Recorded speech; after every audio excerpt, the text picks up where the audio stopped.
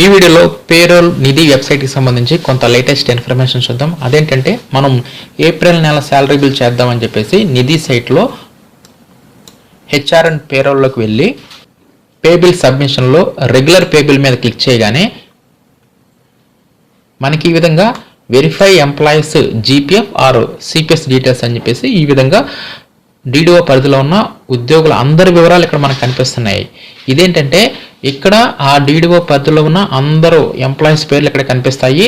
దీంట్లో ఎవరికైతే CPS number update అయ్యి ఉంది, ఎవరికి అప్డేట్ అయ్యి లేదు, వారికి ఎంతెంత అమౌంట్ డిడక్ట్ అవుతుంది, అదేవిధంగా ఎవరికి ఈ సిపిఎస్ కానీ లేదంటే పిఎఫ్ కానీ నాట్ అప్లికబుల్ అని చెప్పేసి ఆ మాస్టర్ డేటాలో ఉంది అనేది కూడా ఇక్కడ మనకి స్టేటస్ అనేది కనిపిస్తుంది.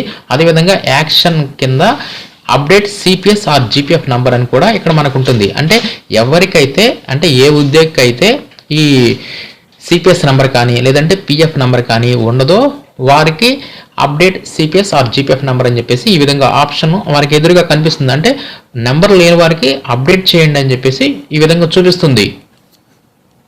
అంటే ఒకవేళ నిజంగా ఆ ఎంప్లాయీకి నాట్ అప్లికబుల్ అయితే నో ప్రాబ్లం. ఒకవేళ ఆ ఉద్యోగి కనుక సిపిఎస్ అయి ఉండి అతనికి ఆ ప్రాన్ నెంబరు ఇక్కడ డేటాబేస్లో లేకపోతే ఇక్కడ చూపించకపోతే కంపల్సరీగా మనం సిపిఎస్ నెంబర్ని అప్డేట్ చేయాలి. అదేవిధంగా ఆ ఉద్యోగి కనుక జెడ్పీపీఎఫ్ అనేది కట్ అయి ఉంటుంటే ఇక్కడ పిఎఫ్ నెంబర్ అనేది ఇక్కడ మాస్టర్ డేటాలో లేకపోతే కంపల్సరీగా ఈ పిఎఫ్ నెంబర్ను కూడా డీడీఓ గారు ఈ నిధి సైట్లో కంపల్సరీగా అప్డేట్ అనేది చేయాల్సి ఉంటుంది. అది అప్డేట్ చేయడానికి update CPS or GPF number అని చెప్పేసి ఇక్కడ యాక్షన్ కింద లింక్ ఉంటుంది. కాబట్టి ఈ విధంగా ఈ సిపిఎస్ నెంబర్ కానీ లేదంటే పిఎఫ్ నెంబర్ కానీ లేని వారికి అమౌంట్ కనుక కట్ అవుతుంటే కంపల్సరీగా ఆ నెంబర్స్ని అప్డేట్ చేయాలి.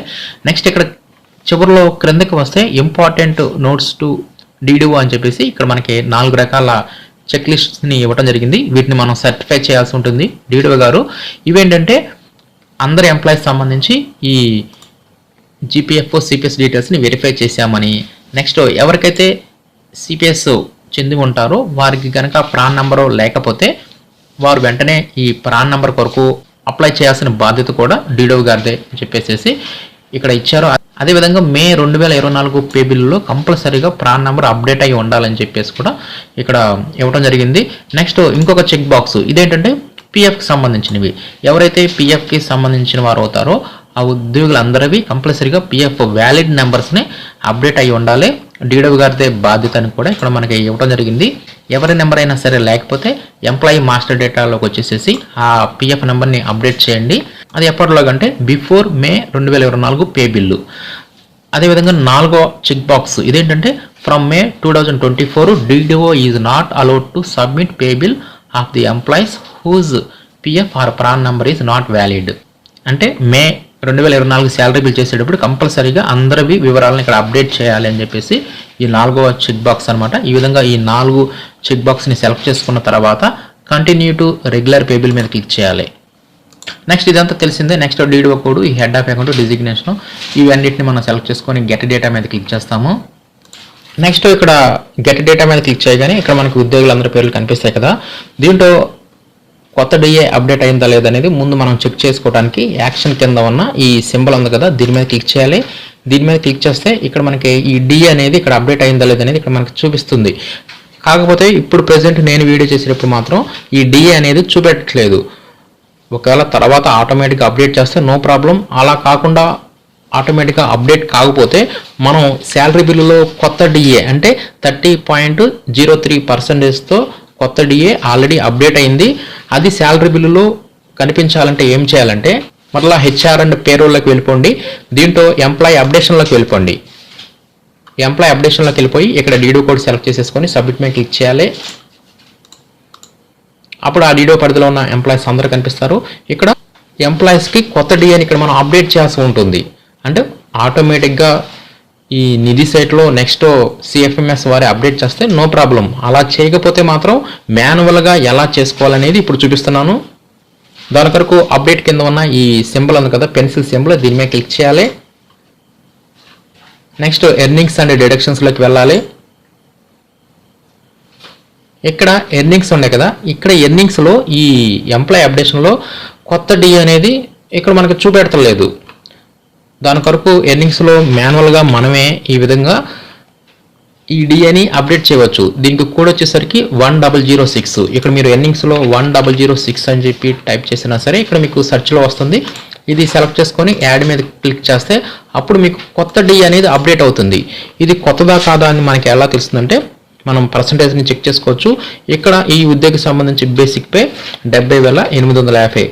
ఇప్పుడు ప్రెజెంట్ కొత్త డిఏ వచ్చేసరికి 30.03% కాబట్టి సరిపోయింది, 21,276 రూపాయలు.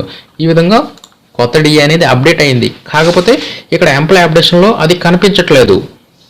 ఆటోమేటిక్గా వస్తుంది, నో ప్రాబ్లం. ఒకవేళ ఆటోమేటిక్గా రాకపోతే మాత్రం మాన్యువల్గా మనం ఇక్కడ డిఏని యాడ్ చేసుకొని ఇక్కడ మనం సేవ్ మీద క్లిక్ చేయాలి. అప్పుడు ఈ ఉద్యోగికి సంబంధించి ఈ కొత్త డిఏ అనేది అప్డేట్ అవుతుంది. నెక్స్ట్ మరలా శాలరీ బిల్లులోకి వెళ్ళాలి. శాలరీ బిల్లులోకి వెళ్ళిపోయి ఆ ఉద్యోగిని ఓపెన్ చేస్తే కొత్త డిఏ కనిపిస్తుంది. ఒకవేళ కనిపించలేదు అనుకోండి, మనం అప్డేట్ చేసినా కూడా ఇక్కడ పైన మీకు రీప్రాసెస్ ఉంటుంది. ఈ రీప్రాసెస్ మీద క్లిక్ చేయండి. అప్పుడు మీకు 100% ఈ కొత్త డిఏ అనేది కనిపించడం జరుగుతుంది. కాబట్టి ఈ విధంగా శాలరీ బిల్లులో కనుక డి అనేది కనిపించకపోతే మనమే మాన్యువల్గా యాడ్ చేయాలనుకుంటే హెచ్ఆర్ అండ్ పేరోల్లో ఎంప్లాయీ అప్డేషన్లోకి వచ్చేసేసి ఎర్నింగ్స్ అండ్ డిడక్షన్స్లోకి వచ్చేసేసి మనం ఈ డిఏని ఇచ్చేసేసి సేవ్ చేయాలి. తర్వాత శాలరీ బిల్లులోకి వచ్చేసేసి ఆ ఉద్యోగిని ఓపెన్ చేసి మనం రీప్రాసెస్ మీద క్లిక్ చేయాలి.